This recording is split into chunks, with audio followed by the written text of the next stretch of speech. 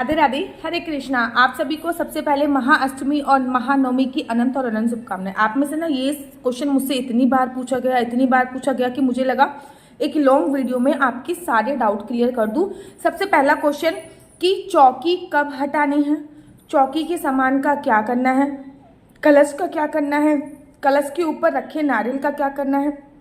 पहले भी हमने एक नारियल अपने तिजोरी में रखा है, उसका क्या करना है, नवग्रह जो हमने बनाए हैं उनका क्या करना है, चावलों का क्या करना है, जौ का क्या करना है, खेतरी का क्या करना है, चौकी हटाने का सही समय क्या है, या फिर व्रत के पारायण करने का सही समय क्या है। ये सारी जानकारी मैं आपको इस वीडियो के माध्यम से देने वाली हूँ। तो सबसे पहले आज नौमी तिथि है, कोई भी संदेह नहीं है, अब नौमी तिथि स्टार्ट हो चुकी है।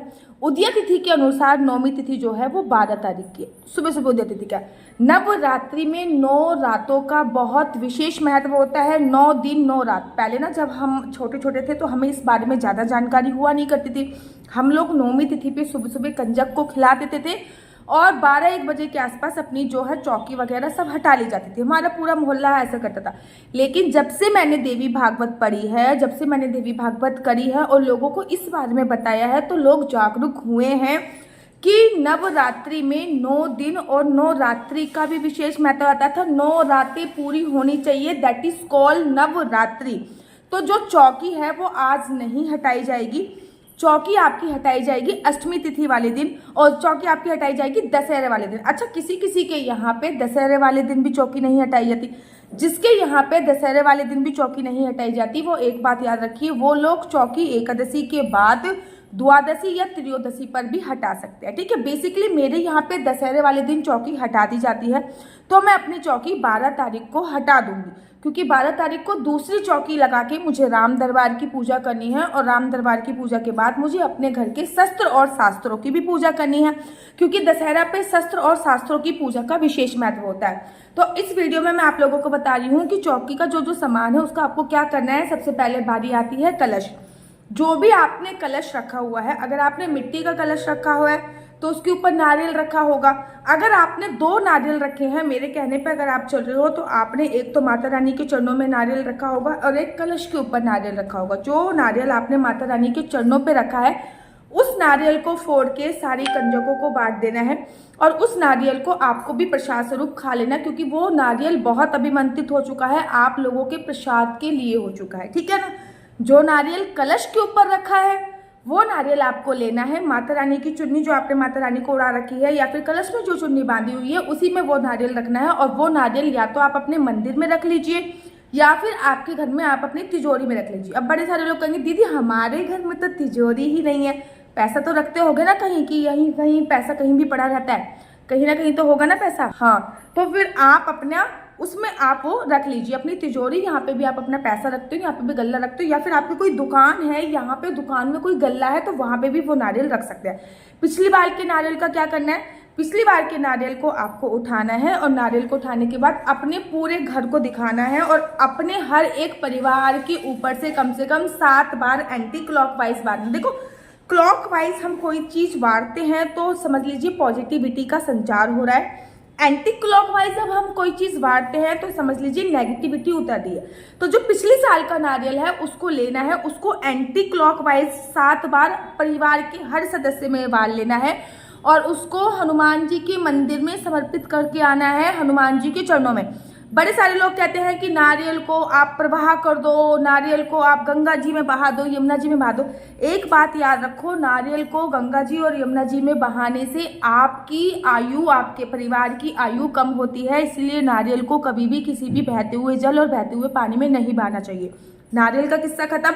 अब बारी आती है उसके अंदर जो आपने पंच पल्लव या कलश में जो आपने सामग्री रखी है। तो कलश में आपने आम के पत्ते लगा रखे होंगे, पान के पत्ते लगा रखे होंगे या फिर अशोक के पत्ते लगा रखे होंगे। उसको एक बर्तन में, ऐसे बर्तन में इकट्ठा करके रख लीजिए। कलश के अंदर अगर आपने मिट्टी का कलश लिया होगा तो डेफिनेटली बात है पानी सूख गया होगा। अगर पानी थोड़ा बहुत भी बचा है तो उस पानी का जो छिड़काव है वो अपने पूरे घर में कीजिए। उस पानी का छिड़काव आपके घर का कोई भी हिस्सा नहीं रहना चाहिए, और अगर सूख गया है तो कोई बात नहीं है। मैं इसीलिए बेसिकली मैं हर बार मिट्टी का कलश रखती थी, इस बार मैंने ना पीतल का कलश रखा है। क्यों? क्योंकि पानी तो सूख जाता है और वो पानी इतना भी मंत्रित हो रहा है, अखंड ज्योत जल रही है, रोज हवन हो रहा है, रोज मंत्रों का उच्चारण हो रहा है, तो सोचिए वो पानी कितना भी मंत्रित हो गया। इसलिए मैंने इस बार तांबे का कलश रखा है, ताकि उसका छिड़काव मैं आपके अपने घर की हर एक जगह पे कर सकूं, इंक्लूडिंग टू घर का मेन गेट, क्योंकि जो भी नेगेटिविटी आती है वो घर के मेन गेट से आती है, ठीक है ना। उसके बाद तब भी पानी बच जाता है तो उसको एक स्प्रे बोतल में भर के रख लीजिए, और जब भी आपको ऐसी नेगेटिविटी फील हो तो उस पानी को आप स्प्रे कर सकते हैं। अब कलश के अंदर की सामग्री का क्या करना है। कलश के अंदर आपने चांदी का सिक्का डाला है, लौंग डाली है, इलायची डाली है, एक बर्तन लीजिए, उसमें वो सारी की सारी सामग्री जो है वो निकलवा लीजिए और उसको थोड़ा सा धूप लगा लीजिए। उससे होगा क्या, जब वो सामग्री को आप धूप लगाओगे ना तो कलश के अंदर पानी होता है तो वो सामग्री फूल जाती है। अगर आप डायरेक्ट ही लाल कपड़े में भर के ऐसे ही रख दोगे तो होता क्या है बच्चों कि वो जो सामग्री है वो गलने लगती है, उसमें कीड़े पड़ जाते हैं। इसलिए इसको थोड़ी सी धूप लगाकर किसी लाल कपड़े में बांधकर अपने घर की तिजोरी इत्यादि में रख दीजिए। तो उसको फिर लाल कपड़े में रखकर रख लीजिए। अब दीदी उस कलश का क्या करें, फेंके ना फेंके। अगर वो मिट्टी का कलश खंडित हो चुका है तो आप उसको फेंक दीजिए। अगर वो मिट्टी का कलश खंडित नहीं है तो उसको अच्छी तरीके से धोकर आप उसको धूप लगा सकते हैं, देन आप वो रीयूज कर सकते हैं। मिट्टी के सभी बर्तन हम रीयूज कर सकते हैं अगर वो खंडित नहीं है, लेकिन उसमें धूप लगाना बहुत जरूरी होता है। कलश के नीचे जो चावल होते हैं उसका क्या करना है, वो कलश के नीचे जो चावल है वो आप किसी भी पक्षियों को डाल सकते हैं या फिर बहते हुए पानी में भी डाल सकते हैं, क्योंकि चावल जो होता है ना वो चावल क्या करता है, पानी को क्लीन करने का भी काम करता है। इसलिए मैं चावल को बहते हुए पानी में रखने की एडवाइस दे रही हूँ। कलश का काम खत्म हो गया। अब आते हैं, बात करते हैं आपकी जो खेतरी आपने बोई है, आपकी ने जो बोए हैं उसका क्या करना है। सबसे पहले तो उन जौ में से कुछ जौ को तोड़ लीजिए, लाल कपड़े में बांधकर अपनी तिजोरी में रख लीजिए। जिसमें भी आप ये कलश का सामान रखेंगे उसी में जौ रख लीजिए, वो अपने यहाँ पे भी आपका गल्ला वगैरह होगा उसमें रख लीजिए। दूसरी बात, थोड़े से जौ और तोड़िए अपने पूजा घर में रख लीजिए। तीसरी बात, थोड़े से जौ और तोड़िए और अपनी रसोई में किसी भी कोने में, यहाँ पे आपका आटा रखता होगा या फिर चावल रखे होंगे उसमें रख लीजिए, ताकि आपकी अन्य धन की बढ़ोतरी किसी ना किसी तरीके से आपको होती रहे। अब थोड़े से जौ और तोड़िए। थोड़े से जौ तोड़ने के बाद आपको क्या करना है, देन वो आप परिवार के हर एक सदस्य को 2-2, 3-3 जौ खाने भी होते हैं, जिससे आपकी दीर्घ आयु होती है, आप निरोगी होती हो, ठीक है। जो खाने में ना थोड़े अजीब से लगते हैं तो मैं हमेशा क्या करती हूँ कि सब्जियों में डाल देती हूँ, उसको काट के पहले तो तोड़ लेती हूँ, फिर उसको काट के सब्जियों में डाल देती हूँ। अब अगर तब भी आपके घर पे जौ बचे हैं तो आप उनको गौ माता को खिला सकते हैं। गौ माता में 33 कोटि देवी देवता विराजमान होते हैं, तो 33 कोटि देवी देवताओं में से विराजमान होते तो आप उनको गौ माता को ला सकते हैं। आप जौ के नीचे की जो मिट्टी है वो आप अपने घर की किसी भी मिट्टी में, गमले में इत्यादि में डाल सकते हैं, और जो जौ का बर्तन है उसको धो के देन दोबारा से रीयूज कर सकते हैं। जौ के नीचे जो बर्तन के नीचे थोड़ा सा स्थान दिया होगा चावल को आप पक्षियों को दे सकते हैं या फिर गौ माता के उसमें भी दे सकते हैं। अब बारी आती है, अगर आपने नवग्रह सुपारी या लौंग से बनाए हैं, नवग्रह आपने सुपारी या लौंग से बनाए हैं, उसमें थोड़ा सा आपको चावल डालना है। चावल डालने के बाद नवग्रहों को आह्वान करना है कि सभी देवी देवता जो भी यहाँ पे आके विराजमान हुए थे वो अब अपने अपने घर पे जाए। वो लौंग सुपारी उठा लीजिए, उनको इकट्ठा करके रख लीजिए। वो किसी भी पूजा स्थल पे आप रख सकते हो, दोबारा से हवन में वो यूज हो सकती है। अगर पूजा स्थल पे नहीं रखना चाहते तो जो लौंग है ना, बेसिकली लौंग और इलायची का उपयोग तो मैं चाय बनाने के लिए करती हूँ, क्योंकि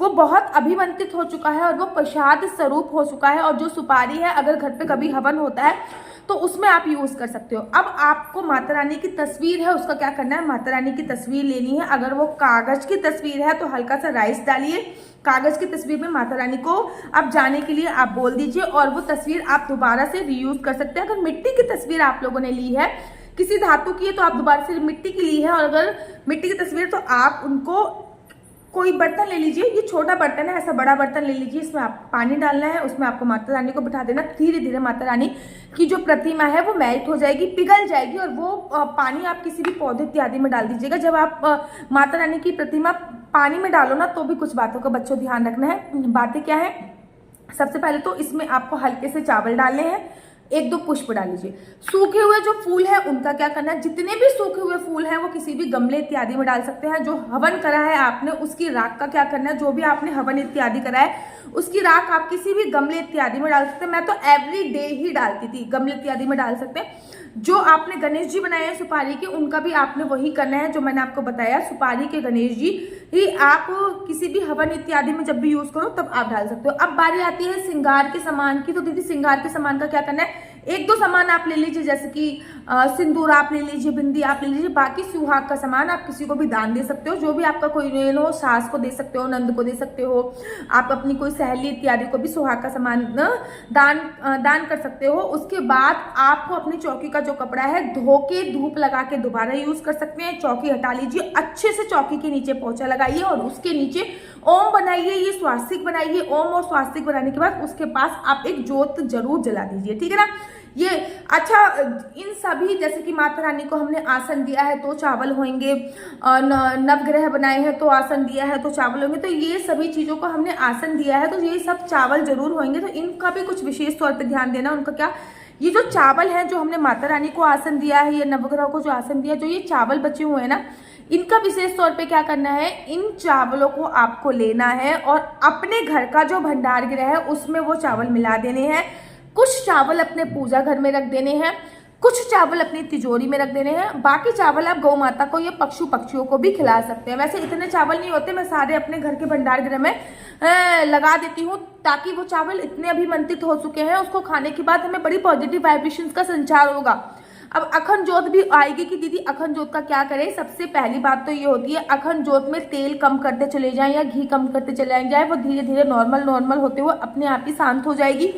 अखंड जोत की जो बत्ती है वो पूरी तरीके से अगर जली नहीं है तो इस बात का ध्यान रखें कि अखंड जोत की जो बत्ती है वो आप बत्ती कभी भी हवन वगैरह करें तो उसमें डाल सकते हैं। अखंड जोत में अगर कोई तेल बच गया है तो उस तेल को छान लीजिए, क्योंकि काला काला सा लग रहा होगा, छान कर उसको धूप लगाइए और वो तेल बहुत अभिमंत्रित हो चुका है, कभी ना कभी उसको तिलक इत्यादि में उपयोग अवश्य करें। साथ ही के साथ और भी अगर बचा हुआ है जो अब अखंड जोत के नीचे जो राइस रखे हुए हैं वो आप पक्षियों को डाल सकते हैं, गौ माता को डाल सकते हैं। अखंड जोत का जो दिया है वो धो के दोबारा से रीयूज कर सकते हैं। तो ये होगी पूरी चौकी की बात। अब ये सब कुछ करना क्या है, ये सब कुछ 11 तारीख को नहीं करना है। 11 तारीख को सुबह और 11 तारीख की शाम का विशेष ध्यान रखिए कि नवरात्रि में 9 दिन और 9 रातों का विशेष महत्व होता है। ये सब कुछ आपको 12 तारीख को करना है। 12 तारीख को लगभग 10:30 बजे के आसपास ही आपको ये कार्य करना है। इस बात का आपको ध्यान देना। जब भी आप ये चौकी हटाओ तो सबसे पहले अच्छे तरीके से पूजा पाठ कीजिएगा, जैसे आप डेली पूजा करते हो वही पूजा कीजिएगा। फिर थोड़े से राइस लीजिएगा और राइस चारों तरफ डाल दीजिएगा। कहते हैं जब हम चावल चारों तरफ डालते हैं और माता रानी से जाने का वाहन करते हैं कि आप 9 दिन तक हमारे घर पे आके विराजमान हुई है, आप जाइए। तो चावल डालने से फिर वो मूर्तियां जो होती है वो चली जाती है। और हल्की सी चौकी हिला दीजिएगा ताकि जितने भी देवी देवता आके विराजमान हुए हैं, चौकी हिलाने से फिर वो सभी के सभी अपने अपने धाम चले जाते हैं। देवी देवताओं का घर पे रुकना बहुत अच्छा नहीं माना जाता है, ठीक है ना। तो इस प्रकार से आपको अपनी एक एक चीजों को कलेक्ट करना है। अगर आप लोग अपनी कुंडली मुझसे दिखवाना चाहते हैं तो मेरा नंबर है 429-20-25-65। मैं दोबारा से रिपीट करती हूँ, 429-20-25-65। आपके जॉब के योग हैं या आप बिजनेस करोगे, किस फील्ड में बिजनेस करोगे, जॉब करोगे, किस फील्ड में जॉब करोगे, आपका लकी नंबर क्या है, लकी कलर क्या है, आपको संतान प्राप्ति कब होगी, मेडिकल ट्रीटमेंट से संभव होगी या नॉर्मल संतान प्राप्ति हो सकती है, आपका बच्चा जॉब करेगा या बिजनेस करेगा, किस फील्ड में जाएगा, आपके और आपके हस्बैंड की नहीं बन रही है या फिर उनका कार्य नहीं चल रहा तो क्या रीजन है, ये सभी जानकारी मैं आपको कुंडली के माध्यम से प्रोवाइड कराती हूँ। याद रखिए कुंडली देखना बिल्कुल भी फ्री नहीं है, कुंडली देखने के थोड़े से चार्जेस है। अगर आपको मेरी वीडियो अच्छी लगती है तो आप अपना यूट्यूब चैनल हरि बोल को लाइक से सब्सक्राइब करना बिल्कुल भी मत भूलिए। तब तक के लिए मुझे दीजिए इजाजत। राधे राधे, हरे कृष्णा, हरि बोल।